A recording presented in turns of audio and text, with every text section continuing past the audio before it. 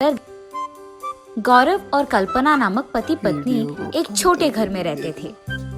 वो दोनों उनके खुद के खेत में आलू की सब्जी को उगाते रहते थे। फिर उन आलू की सब्जी को गौरव की पत्नी कल्पना चिप्स में बनाती थी। फिर गौरव उन चिप्स को गांव में जाकर बेचता था। उसे बेचकर आए हुए पैसों से उनका जीवन कटता था।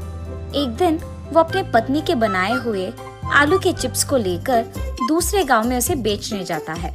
आलू के चिप्स, घर पे ही बनाए हुए ताजा ताजा आलू के चिप्स। आइए बाबू आइए, एक चिप्स पैकेट का सिर्फ 5 रुपए, जल्दी आइए बाबू। उसके ऐसे जोर जोर से चिल्लाने के कारण आसपास वहाँ से गुजर रहे सारे लोग उसके पास जाकर वही चिप्स खरीदते थे। ऐसे उसके पास बहुत सारे लोग आते थे। वैसे वो उसी दिन चिप्स को बेचते हुए वहाँ से चल रहा था। बीच रास्ते में उसे उसका पहचान का एक आदमी एक दुकान में दिखाई देता है। उसे देख वो ऐसे सोचता है, हाँ, एक समय में मेरे ही साथ ये आदमी सुरेश चिप्स बेचता रहता था। आजू बाजू के गांव में जाकर वो मेरे ही साथ मेरा ही काम करता था, लेकिन अब देखो ये इस बड़े दुकान का मालिक बन गया है। हाँ, इसे देखकर तो मैं दंग रह गया हूँ। मैं भी सुरेश की तरह बहुत मेहनत से काम करूंगा और आजू बाजू के सारे गांव में मेरे चिप्स को बेचकर मैं बहुत बड़ा आदमी बन जाऊंगा। एक दिन मेरा भी ऐसा ही दुकान होगा जहां मैं खुद के अपने चिप्स यहाँ बनवाकर उन्हें बेचूंगा। वो दिन दूर नहीं है। ये सोचते हुए वो उसके घर पहुंच जाता है और ऐसे ही कुछ दिन बीत जाते हैं। एक दिन जब उसकी बीवी आलू की चिप्स बनाने के लिए देख रही थी तो उसे दिखाई देता है कि घर पे आलू की सब्जी तो है ही नहीं। और ये देख वो उसके पति के पास जाती है। सुनिए, घर पे आलू के चिप्स बनाने के लिए आलू ही नहीं है। आप एक काम कीजिए, तुरंत आप खेत जाकर आलू की सब्जी को यहाँ ले आइए, तभी आज के लिए चिप्स बनेंगे, वरना नहीं बनेंगे। ठीक है? ठीक है कल्पना, मैं अभी खेत जाकर आलू की सब्जी को लेकर घर आता हूँ। ऐसे कहकर गौरव खेत जाता है और आलू की सब्जी को एक के बाद एक अपने हाथ में लेते रहता है। अब घर लेके जाने के लिए तो इतने काफी है, लेकिन मुझे एक बार ये देखना होगा कि कहीं इन सब्जी के नीचे जमीन की मिट्टी में कुछ रह तो नहीं गए। ऐसे सोचकर गौरव मिट्टी में और खुदाई करता है। इसके दौरान उसे जमीन की मिट्टी में छुपे हुए कुछ आलू के सब्जी तो मिल ही जाते हैं, लेकिन उनके साथ ही उसे चमकते हुए कुछ नजर आता है। वो देख वो रुक जाता है। अरे ये क्या चमक रहा है? ये क्या हो सकता है? चलो इसे निकाल कर देखने पे ही पता चलेगा। ये फैसला करके वो जब खुदाई करने लगता है, मिट्टी निकालते निकालते उसे मटके की तरह कुछ दिखाई देता है। मिट्टी में 2 मटकों को देख वो चौंक जाता है। अरे ये क्या? मेरे जमीन में, मेरे खेत में ये दोनों मटके कहाँ से आए? क्या किसी ने इन्हें यहाँ लगाया होगा या फिर कोई इसे छुपा रहा है क्या? वैसे ये कपड़े से ढके क्यों हैं? क्या इन दोनों मटकों में कुछ हो सकता है? होगा ही, वरना कोई और इसे कपड़े से क्यों बांधेगा? मुझे इस कपड़े को निकाल कर देखना होगा कि आखिर इन मटकों में है क्या। जब वो दोनों मटकों पे कपड़ा निकाल के देखता है, उसे दिखाई देता है कि इन दोनों मटकों में सोना भरा था। ये देख वो दंग रह जाता है। अरे बाप रे, ये तो सोना है! इन दोनों मटकों में सोना तो भरा है।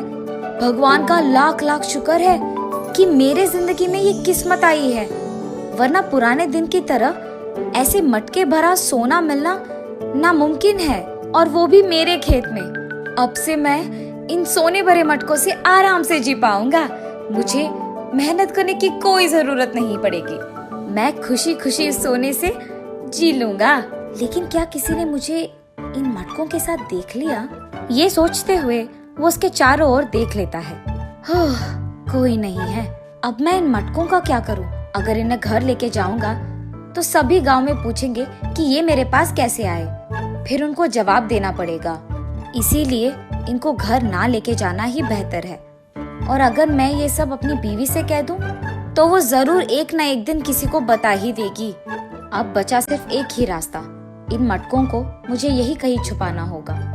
इन मटकों को मैं यही कहीं छुपा लूंगा खेत में, ताकि बाद में इनमें मौजूद सोने को मैं एक के बाद एक धीरे धीरे खर्च करूंगा। तब गांव में किसी को मेरे पे शक भी नहीं आएगा। तब तक इनका यही रहना अच्छा है। पर इन्हें छुपाऊं कहाँ? अरे हाँ, ये अच्छा विचार है। मैं इन मटकों को वही छुपाऊंगा जहाँ ये मुझे मिले हैं। खेत में ही लगाऊंगा और मिट्टी में खोद कर इन्हें छुपाऊंगा, तो किसी को शक भी नहीं आएगा कि मुझे ऐसा कुछ मिला भी है। ये फैसला करके वो उन मटकों को वही छुपाकर उसके घर चले जाता है, सिर्फ आलू की सब्जी के साथ। अरे, आपने बहुत देर लगा दी, मैं कब से आपके इंतजार कर रही थी। अरे वो कुछ नहीं कल्पना, तुम ये आलू की सब्जी जल्दी लो और चिप्स बना दो। मुझे गांव जाकर इन्हें बेचना भी है ना। जल्दी जल्दी काम पे लग जाओ, जाओ जाओ। ऐसे उसकी बीवी से कहकर वो उसे जल्दी जल्दी आलू के चिप्स बनवाता है और उन्हें ले जाकर गांव में उन्हें बेचने लगता है। ऐसे कुछ दिन बीत जाते हैं। वो हर रोज की तरह आलू के चिप्स को बेचने निकलता है। तब उसे एक दुकान के बगल में दो लोग की बातें सुनाई देती है। अरे सृजन, तुझे पता है हमारे गांव में बहुत लोग ना दुख है। कुछ लोग इस कारण कि उनके पास नौकरी नहीं है, कुछ लोग इस कारण कि उनके पास करने के लिए काम नहीं है, कुछ और लोग उनके पास पैसे ना होने के कारण ऐसे बहुत निराश और दुखी बैठे हैं। अगर मेरे पास पैसे होते ना तो मैं पक्का ऐसा करता कि हमारे गांव में कोई भी दुखी नहीं बैठता। अरे माधव, तुम्हें पता है पुराने दिनों में ना एक ऐसे ही आदमी को सोने के मटके मिले थे। उस मटके में पूरा सोना कूट कूट के भरा था। पता है उस आदमी ने उस पैसे से क्या किया? उस सारे सोने को सबको बांट दिया और उस गांव का ख्याल रखा था। उसके बाद उसने काम करना भी बंद नहीं किया, वो काम करते ही गया, हर रोज मेहनत से वो भी। और उसके बाद उसे एक दिन खेत में काम करते हुए मिट्टी में खुदाई करने के बाद और भी बहुत सारे सोने के मटके मिले थे। उससे वो सबकी मदद करते हुए खुशी से जिया था। सच सृजन, इतना हुआ था? अरे वाह, वो तो बहुत नेक इंसान है। फिर इन दोनों आदमियों की बातें गौरव वहाँ से सुन रहा था। जैसे उन लोगों ने कहा है वैसे ही मेरे जिंदगी में भी हुआ है। पुराने दिन के तरह ही मुझे भी तो सोने के मटके मिले हैं, पर अगर और भी मटके नीचे हो तो मुझे अभी जाकर देखना होगा कि ऐसे मटके और भी मिट्टी में छुपे हुए हैं। अगर है तो मुझे जल्दी जल्दी उन्हें निकालना ही होगा और आजमाना होगा उन्हें। ये फैसला करके वो तुरंत भागते हुए उसके खेत के पास जाता है। सारे आलू के चिप्स को वही छोड़ देता है और उन्हें बेचता भी नहीं है। खेत पहुंचते ही उसे दिखाई देता है कि आजू बाजू के खेतों में भी सारे लोग मौजूद हैं। उतने सारे लोगों का वहाँ होने के कारण वो कुछ नहीं कर पाता है। अरे, अब तो बहुत सारे लोग हैं। सुबह का समय है ना, इसीलिए इतने सारे लोग हैं। अगर रात में आऊंगा तो कोई नहीं रहेगा, इसलिए इनको शक ना आए, इसी कारण मैं अभी ऐसे बर्ताव करूंगा जैसे मैं यहाँ से आलू की सब्जी ले जा रहा हूँ। ऐसे करके वो सबके सामने आलू की सब्जी लेकर उसके घर वापस चले जाता है। रात होते ही वो उसके बीवी के सामने नाटक करता है जैसे वो सो रहा है। उसके बीवी के सो जाने के तुरंत बाद वो वहाँ से छुपके उसके खेत चले जाता है। रात के समय में खुदाई करूंगा तो किसी को सुनाई और दिखाई भी नहीं देगा, तो यही अच्छा समय है। सबसे पहले जो मटके मुझे पहले मिले उन्हें मैं घर पे रख दूंगा। उसके बाद यहाँ वापस आके मैं और खुदाई करूंगा ताकि मुझे और मटके मिले तो उन्हें भी मैं घर ले जा सकूंगा। उसके विचार के मुताबिक ही वो उन दोनों सोने के मटके को उसके घर वापस रख देता है। वहाँ उसकी बीवी को सोते हुए देख वो वहाँ से फिर एक और बार उसके खेत जाता है और वहाँ के सारे आलू की सब्जी के पौधों को निकाल देता है और बहुत गहरी खुदाई करना शुरू कर देता है। वो इतनी गहरी खुदाई करने लगता है कि उसे एक समय में बहुत थकावट आ जाती है, जिसके कारण वो बेहोश होकर नीचे गिर जाता है और उसे पता भी नहीं चलता है। सुबह होते ही गौतम के खेत के बगल वाला खेत का मालिक गौतम के खेत को देख आश्चर्यचकित होता है। अरे ये क्या, सारे पौधे निकाल दिए गए हैं और मिट्टी पूरा ऐसे है, क्या कुछ हुआ यहाँ? ऐसे सोचते हुए जब वो गौतम के खेत में आता है तो गौतम को वहाँ बेहोश देखता है और देखते ही चारों ओर इंसानों को बुलाकर गौतम को उसके घर पहुँचाता है। गौतम की जांच करने के लिए वहाँ एक डॉक्टर भी आता है, लेकिन फिर भी गौतम की आंखें खुलती है मगर मुंह नहीं खुलता है। वो कुछ बात ही नहीं कर पाता है। डॉक्टर साहब, मेरे पति को क्या हो गया है? वो कुछ बात क्यों नहीं कर पा रहे हैं? आपके पति ने कोई काम लगातार रात भर की है, जिसके कारण उन्हें बहुत थकावट आई है और इसी कारण वो बेहोश भी हो गए हैं। आप परेशान मत हो, बस ये दवाइयाँ आपके पति को वक्त पे दे दीजिएगा, वो कुछ ही दिनों में बात कर पाएंगे। ये कह के डॉक्टर वहाँ से चले जाता है। हाय भगवान, मेरे पास तो ये दवाइयाँ खरीदने के लिए तक पैसे नहीं हैं। अब मैं क्या करूँ? ऐसे वो उसके पति के बगल में बैठकर रोती रहती है। तब गौतम उसे देख ऐसे सोचता है, अरे भगवान, मेरी पत्नी ये समझकर रो रही है कि हमारे पास पैसे नहीं हैं। काश मैंने उसे पहले ही बता दिया होता कि हमारे घर में सोने के मटके हैं। अब अगर मैं बताना भी चाहूँ तो मुझ में वो ताकत नहीं है और मेरा मुंह खुल भी नहीं रहा है।